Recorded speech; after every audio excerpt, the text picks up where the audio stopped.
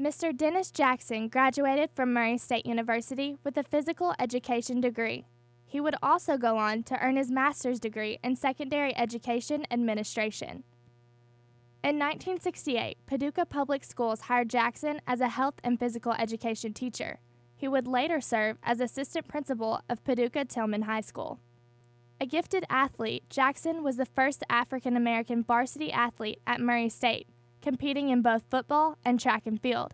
His collegiate athletic success helped him to become a coach and athletic director during his time with the Paducah school system. Mr. Jackson was welcomed back to campus, where he observed classes and shared insights about his education and career with students.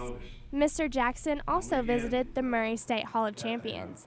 There, he reminisced on his athletic career at Murray State and sat down with Murray State Assistant Athletic Director of Media Relations, Dave Winder, to talk about his time at Murray State and career after graduation. 2007, you went into the Hall of Fame. What did it mean to you? You were in that same class with Popeye Jones. Right. It was quite an honor.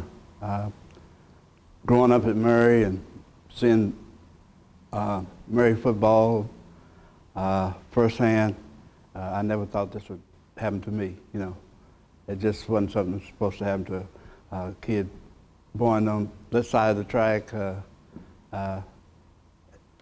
It just wasn't possible. But it goes to show you that dreams do come true. You know, years later, you're known as the first African-American student athlete at Murray State. When you came here in 1960, did you realize the significance of that, or was it later? It was later, because when I came here, I just wanted to get an education and play football and run track. Tell me about those days as a student athlete. We once had a football coach who stood in front of his team many years ago, and he said, if you want to play college football, you have to go to college. And there is a lot to that, because that's why we say student athlete first, and I know you took that very serious and then went on to a great career in education. Mainly because of the support I had at family. My mother and father, neither one of them graduated from high school, but they wanted to make sure that I did. So this athletic thing was a vehicle for me to get an education and also have fun doing it. You played football for Coach Shelton. Coach Ferguson was your track and field coach.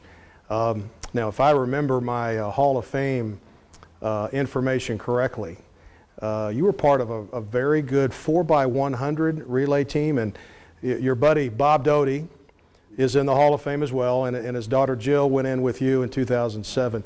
You know, how good were you guys? At that time, we were pretty good. I think nationally, we were ranked nationally, I think, with the 4x100 relay team, maybe third or fourth in the nation. So I think that was pretty good. But wasn't that fun though, competing? It was. Coach Ferguson carried us to a lot of big time meets, and we ran against some very good teams, and most of the time we won. Let's go on now to your life as an educator. You've been in the classroom, you've been the superintendent, you've driven the school bus to take kids to games. You were a great basketball official, some say, right? Yeah. For years, and refereed in the state tournament. You've had a great career just educating young people. Yes, I would say that I've been blessed.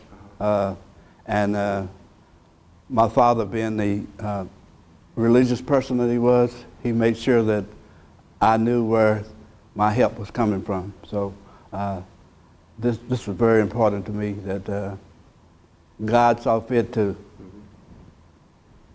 let me come along at this time to be in this position, because, you know, he had all kind of vessels he could use, but he used me, and I appreciate that.